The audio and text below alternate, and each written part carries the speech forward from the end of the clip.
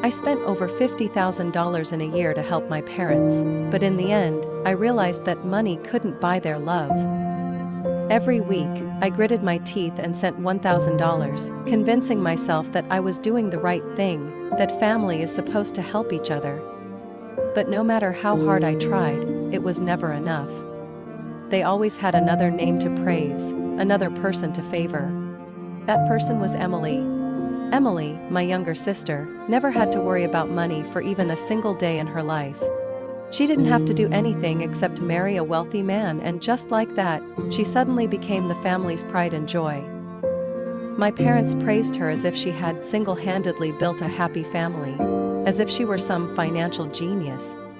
When in reality, Emily had never earned a single penny on her own, and me, I worked myself to exhaustion, drained every last cent I had, only to be treated like a walking When my dad lost his job, my mom called me in the middle of the night, her voice frantic, as if the world was about to end.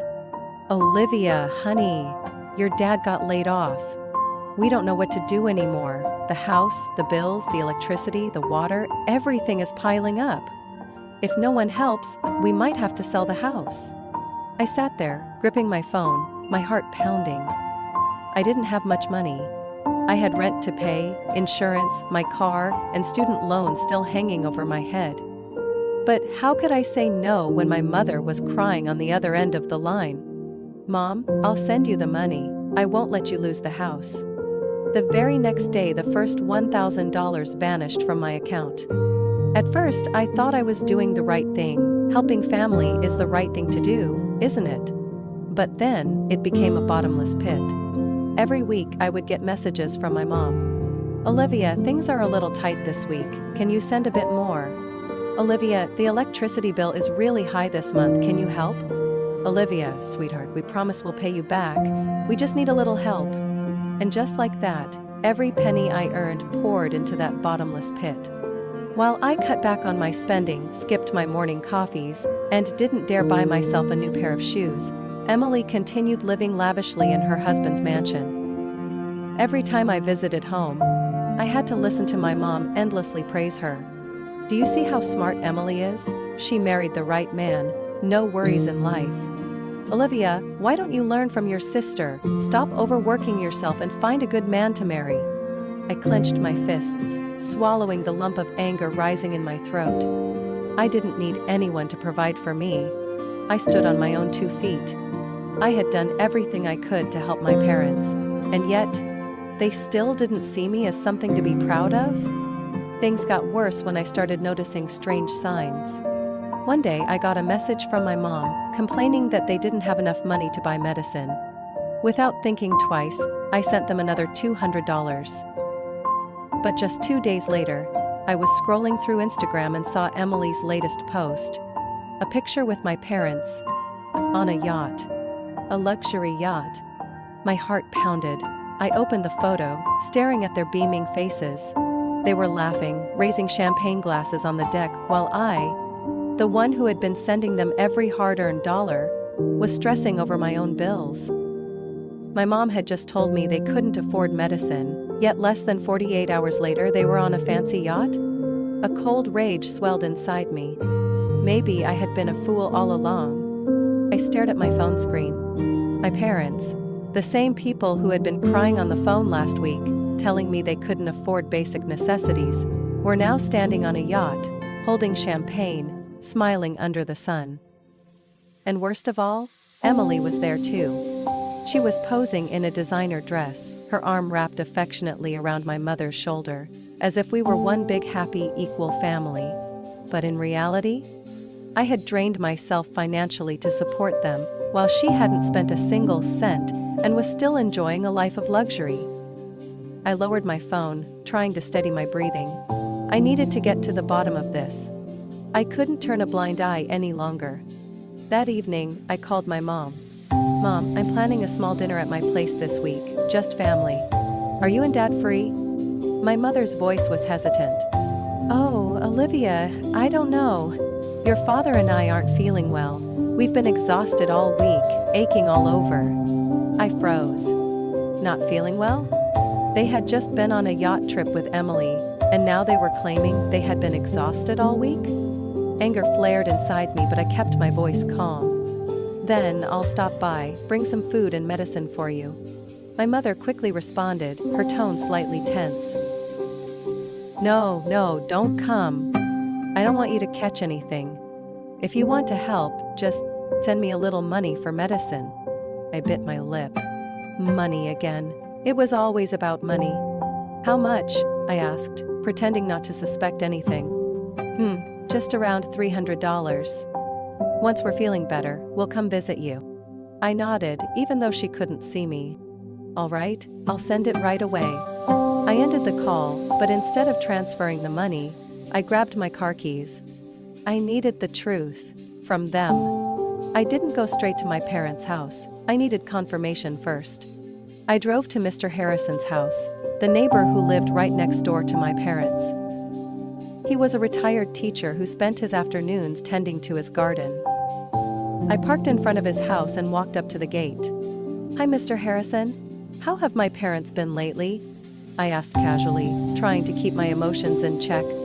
Mr. Harrison looked up, resting both hands on his cane as he squinted at me. Oh, they just got back yesterday. Seemed like they had a great time. My stomach clenched. Just got back. I tried to sound nonchalant. I thought they had been home all week. Mr. Harrison chuckled. Oh no, they were on a trip with Emily and her husband. I think they went to Florida? A few days ago, they even asked me to feed their fish while they were gone. It felt like a bucket of ice water had been dumped over my head. They had lied. Not only had they tricked me into sending them money, but they had also ignored my calls the entire trip. I forced a stiff smile. Thanks, Mr. Harrison, I have to go now. I turned on my heels and walked away, my heart pounding in my chest. Enough. I wasn't going to let this slide. The next morning, I drove straight to my parents' house. Their car was parked in the driveway. From the outside, everything looked the same. Just an ordinary, quiet house with no signs of luxury. But I knew the truth. I knocked on the door. My mother opened it, her eyes lighting up when she saw me. Olivia, I wasn't expecting you. Why didn't you call first so I could prepare? I stared at her, nausea rising in my throat at the falseness in her voice. I just wanted to check on you and Dad. I stepped inside. The house was spotless. Too spotless, like they had just come back from a vacation. Which, of course, they had. I glanced around. On the dining table, a few suitcases were still unpacked. A wide-brimmed hat rested carelessly on a chair, the exact same one Emily had worn in her Instagram photo. I turned back to my mother. So, how was the trip, Mom? The smile on her face stiffened. What trip? I let out a cold laugh. The trip to Florida. On the yacht, with Emily. You know, the trip where you lied to me about being sick so I'd send you more money? My mother's face flushed with embarrassment. I crossed my arms, waiting. At that moment, my father stepped out of the kitchen, staring at me. Olivia, what kind of tone is that? Watch your attitude. I let out a cold chuckle. Watch my attitude? I've sent you over $50,000 in a year. I've lost sleep worrying about you struggling. Meanwhile, you were on vacation, sipping champagne, lying to me just to get more money? My mother quickly interjected. You're blowing this out of proportion. Can't your parents take a break? I clenched my fists. A break? You told me to send money because you couldn't afford medicine.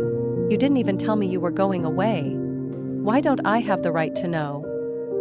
My father folded his arms, his voice cold. We don't have to report everything we do to you. I nodded, feeling my heart grow colder with every passing second. Then I don't have to send you another dime. I pulled out my phone, opened my banking app, and right in front of them, I canceled all my recurring transfers. My mother panicked. Olivia, don't do this. We need that money. I shoved my phone into my pocket, my eyes sharp as knives. Then ask Emily, I've had enough. And with that, I turned on my heel and walked out, leaving their desperate pleas and frantic voices behind. For the first time in my life, I felt like I had no control. I slammed my car door shut, taking a deep breath to steady myself. But nothing could cool the rage boiling inside me. My parents had deceived me. Not only had they lied about needing money, but they had shamelessly enjoyed a luxurious life using the very money I had worked myself to the bone to earn. And now, when caught, they were playing the victims. No, I wasn't going to let them get away with this. I pushed open the door and walked into the house without knocking. I knew this house too well. The familiar scent of my mother's cooking, the old couch where I used to spend hours watching movies as a kid. But now, that feeling was gone. I no longer felt like this was my home. My mother looked up from the kitchen table, her eyes flashing with worry when she saw me walk back in. "Olivia, why are you back?" I strode straight into the living room, my voice ice cold. "You lied to me." She quickly looked away, but I didn't let her escape. "You said you weren't feeling well, but in reality you were sipping cocktails on a yacht. You asked for money for medicine, but it was really for a vacation with Emily. You say I'm family, but you've never treated me like one." My mother stood up, crossing her arms. "You're overreacting, Olivia. It was just a short trip. I don't understand why you're so angry." I let out a bitter laugh. "You don't understand? Fine, let me spell it out for you." I pulled out my phone, opened my banking app, and scrolled through my list of transactions. "For the past year, I've sent you over $50,000. You told me you were struggling, that I was your only hope. Meanwhile, Emily, the daughter you worship, hasn't given you a single penny. And now? You're telling me I'm overreacting?" My father stepped out of the bedroom, his voice deep and cold. "Olivia, don't talk to your mother like that." I turned to him, my voice sharp as a blade. "And how exactly should I talk to her? Should I stay silent and keep sending money without question? Should I pretend nothing happened?" My father folded his arms, his face unreadable. "We don't have to explain every dollar we spend to you." A bitter smirk crept onto my lips. "Then I don't have to keep funding you either." The room fell so silent I could hear the clock ticking on the wall. My mother's face went pale. "Olivia, you can't do this." I held up my phone, scrolled to my automatic transfers, and canceled every single one, right in front of them. "I can't?" "Watch me." One tap. Every dollar they had been expecting from me, gone. My father gritted his teeth, his eyes dark with frustration. "You're being selfish. You're just mad that we didn't invite you on the trip, aren't you? This is just jealousy over Emily." I froze. A fire erupted in my chest. I took a step closer, looking him dead in the eye. "Jealousy?" I let out a hollow, icy laugh. "Do you have any idea how hard I worked for that money? While you were vacationing, I was working overtime. While you were praising Emily, I was giving up so much to help you. And after everything, you tell me I'm just jealous?" My mother cut in. "You're being too sensitive, Olivia. We just wanted to have a little fun. Why do you have to make this such a big deal?" I took a deep breath. "Because you turned me into an ATM." No one said a word. I clenched my fists, trying to steady my voice. "You need someone to take care of you? Fine. Emily is perfect. Isn't she? Let her do it." My mother flinched. "Emily can't." "Oh, why not? She lives in a mansion, has a rich husband, travels without a care in the world. She's your golden child, isn't she? So why can't she help you?" My father's face darkened with anger. "Do you really want to cut ties with your family?" I stared at him. "No, you did that a long time ago. I'm just realizing it now." My mother's eyes welled up with tears. "You're going to regret this, Olivia. Family is supposed to help each other." I narrowed my eyes. "No, Mom, family is supposed to respect and love each other, not use them." I turned around and walked out, leaving behind my mother's desperate calls and my father's cold stare.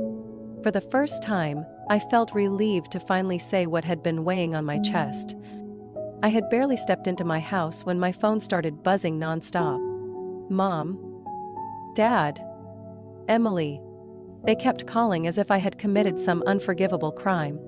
I didn't need to guess what they wanted to say. Pleading, guilt-tripping, maybe even threats. but I didn't care anymore. I had endured enough. I flipped my phone face down on the table, closed my eyes and took a deep breath.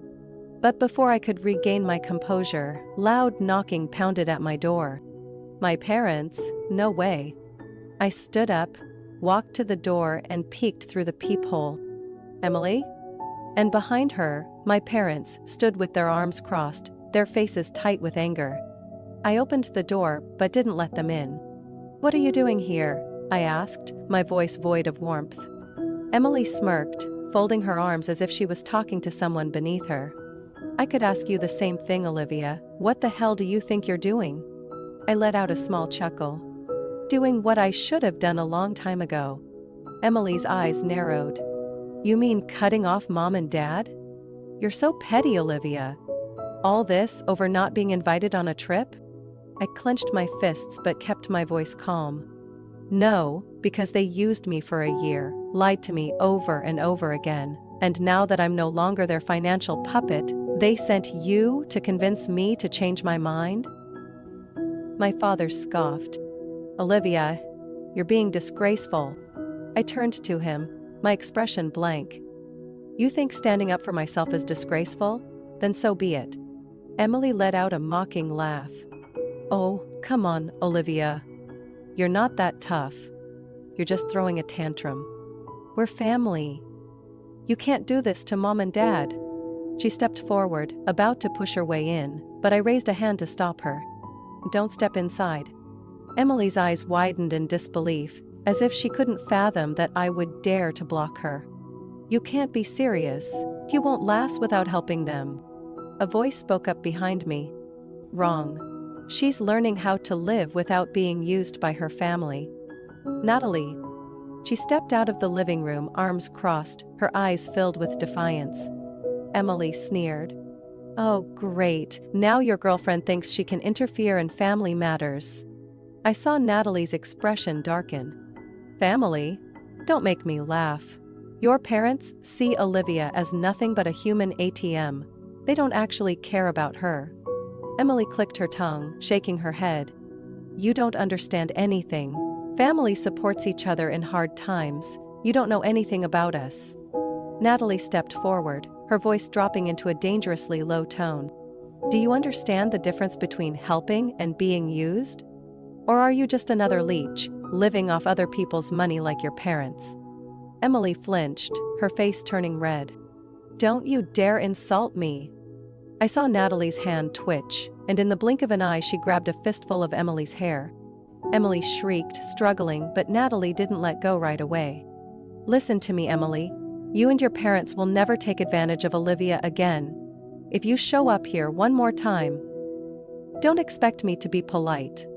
Emily gasped when Natalie finally released her. She staggered back, her eyes blazing with fury and humiliation. "Are you insane?" Emily shouted, rubbing her head. My mother lunged forward, her voice shrill with outrage. "Olivia, you're letting your girlfriend attack your own sister? Have you lost your mind?" I crossed my arms, staring at them. No, Emily deserved it. My father took a step forward, his voice seething with anger. "You need to control your girlfriend. She just assaulted our daughter." I laughed. "Oh? And what about Emily barging into my home, insulting me and demanding my money? That's fine with you?" Silence. I took a slow breath, my voice icy. "And listen carefully. This is the last time we will ever speak. Don't call me. Don't come to my house. From now on, I owe this family nothing." Emily's eyes burned with fury, her lips trembling. "You'll regret this, Olivia. You'll come crawling back, begging mom and dad for help." I met her gaze without a flicker of doubt. "Never." Emily gritted her teeth, spun on her heel, and stormed off. My parents followed quietly, their faces rigid with anger. When the door slammed shut, I felt lighter than I had in years. But I knew this wasn't over. My parents wouldn't let this go. Emily wouldn't accept defeat so easily. And I wasn't wrong. Just a few days later they returned, this time with backup. I was sitting on my couch, scrolling through my phone, when furious knocking echoed through my apartment. I didn't even need to check the peephole to know who it was. I opened the door. Emily and Dan. Her husband loomed behind her, broad-shouldered and intimidating. Like he was here to teach me a lesson. Emily crossed her arms, her lips curling into a sneer. So you really think you can just walk away from this family that easily? I leaned against the doorframe, crossing my arms. I don't think, I know. Emily's eyes flared with anger. You don't get to cut off mom and dad. You think you can just abandon your responsibilities? Family is forever, Olivia. I smirked. A family that exploits each other isn't a family at all. Dan stepped forward, his voice low and threatening. You should rethink this, Olivia. I stared straight at him, unflinching. Oh yeah? And what if I don't? His lips curled into a smug grin. Then I'll make you regret it. Natalie stepped out from behind me, standing right by my side, her eyes razor sharp. Oh? And how exactly are you planning to do that? Hit a woman? Pathetic. Dan scoffed, but I saw his fists clench. He took another step forward, but I didn't give him the chance. I struck first. My fist connected with his jaw, sending him staggering back. Emily shrieked. Olivia, are you crazy? Dan stumbled, his eyes wide with shock. But I wasn't done. My second punch slammed into his gut, knocking the wind out of him. He doubled over, coughing, clutching his stomach, his face contorted in pain. Emily rushed forward, grabbing him, her eyes burning with hatred. You just made a huge mistake. I exhaled sharply, my fists still clenched. No. You made a mistake thinking I was still your family's puppet. Emily bared her teeth, looking like a cornered animal. All right, Olivia. If you want war, we'll have war. I let out a cold, amused laugh. No, Emily, you've already lost, you just don't realize it yet. She hauled Dan up, the two of them stumbling away from my porch. I watched them disappear into the night. I wasn't afraid. They were losing control, and they knew it.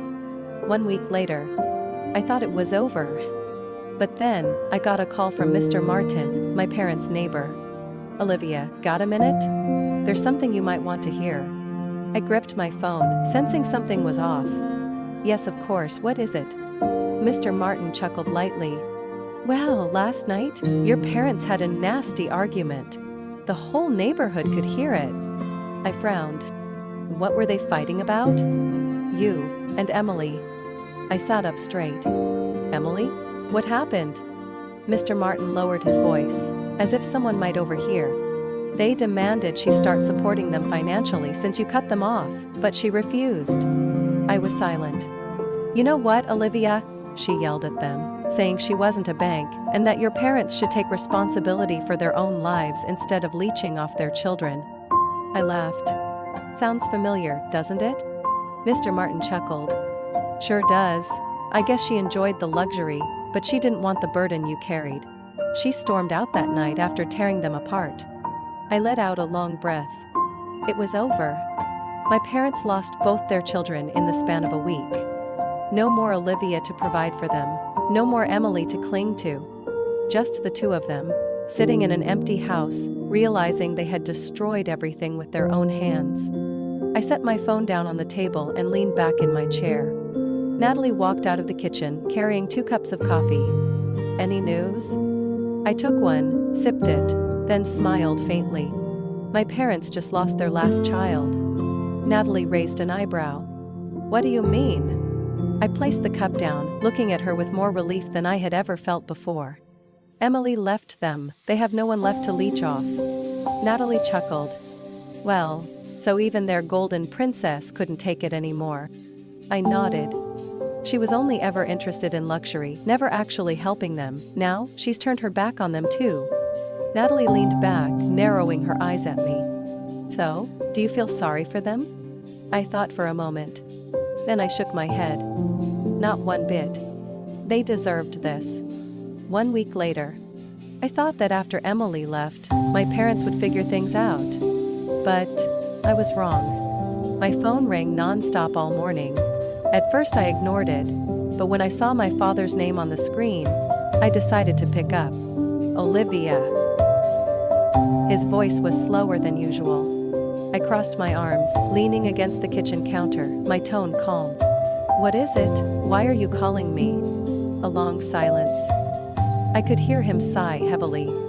"I'm not calling to ask for money. It's about Emily." I narrowed my eyes. "What about her?" He hesitated for a moment before finally speaking. "Her husband divorced her, Dan kicked her out. She has nowhere to go, so she came back here." I raised an eyebrow. "Really?" My father sighed. "She's completely broken, Olivia. She's lost everything."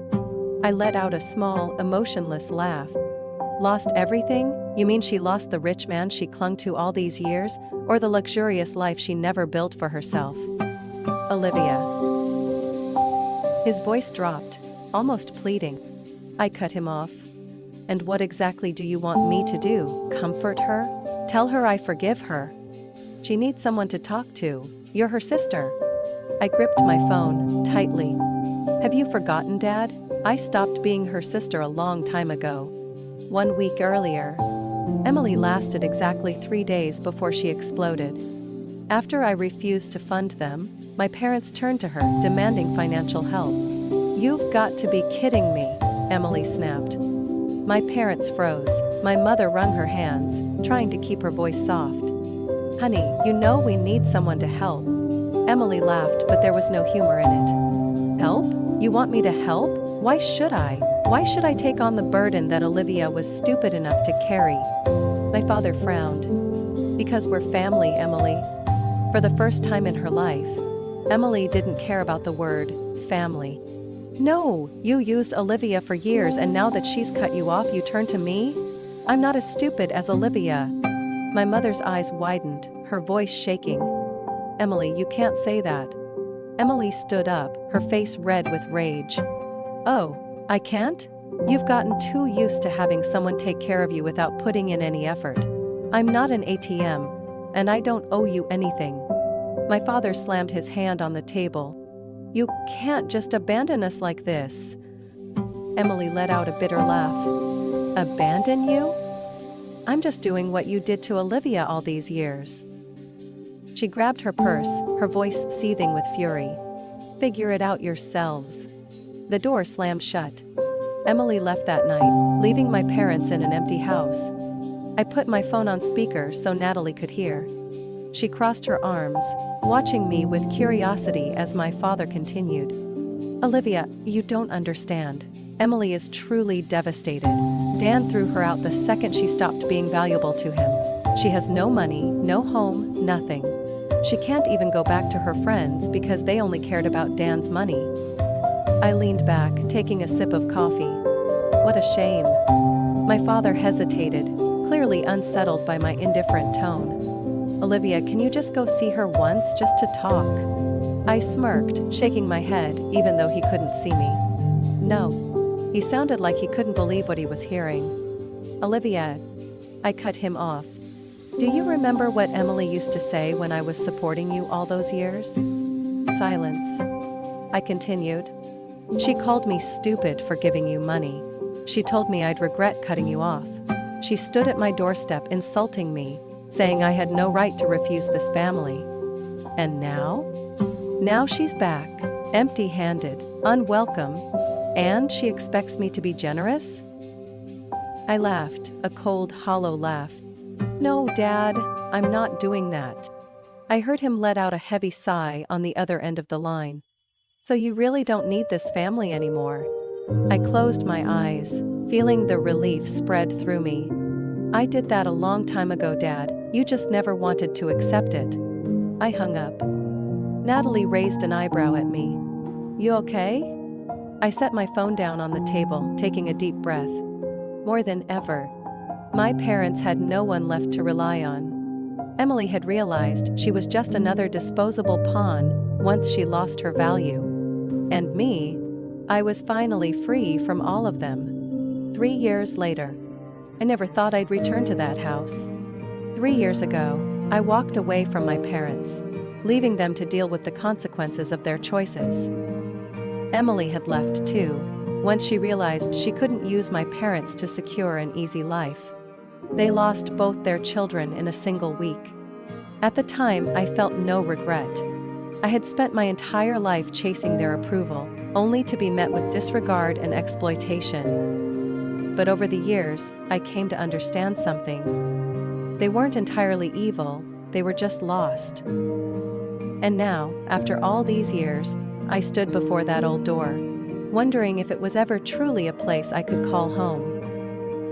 I knocked. The door opened and my mother appeared. She stared at me, her eyes widening in disbelief. "Olivia?" I swallowed the lump in my throat. "Hi, Mom." Before I could react, she lunged forward, wrapping her arms around me as if afraid I'd disappear. I heard her sobbing against my shoulder. "I'm sorry. I'm so sorry." I stood still for a moment, then gently hugged her back. "I know." My father stepped out from the living room. His hair had turned grayer than I remembered. When he saw me, he froze, then took a deep breath and walked forward. "Olivia." I looked at him, and for the first time in years, I didn't see anger or stubborn pride in his eyes. Only regret. "I'm sorry." 3 words. The ones I had waited for all these years. I smiled softly. "I know, Dad." We sat down in the living room, where I once had happy memories before everything fell apart. There was no blame, no resentment, just a family trying to mend the past. After a while, I hesitated before asking, "Where's Emily?" My mother gave a small, sad smile. "She's changed a lot. After losing everything, she realized she couldn't rely on others forever. She picked herself up, found a job, and learned how to stand on her own." I was surprised. "Really?" My mother nodded. "She's always wanted to talk to you but was too afraid. She thought you'd never forgive her." I sighed, then pulled out my phone. "I'll call her." My mother smiled, tears streaming down her face. "Thank you, Olivia." The phone rang a few times before Emily's voice came through. "Hello?" I took a deep breath. "Emily, it's me." A long silence, then I heard a shaky breath on the other end. You're really calling me?" I smiled. "Yes. We need to talk. 3 years of distance, of wounds, of misunderstandings. But in the end, we found our way back to each other. Family isn't perfect. But if everyone is willing to change, they can still find their way home." Olivia's story is a powerful reminder about setting boundaries and self-worth.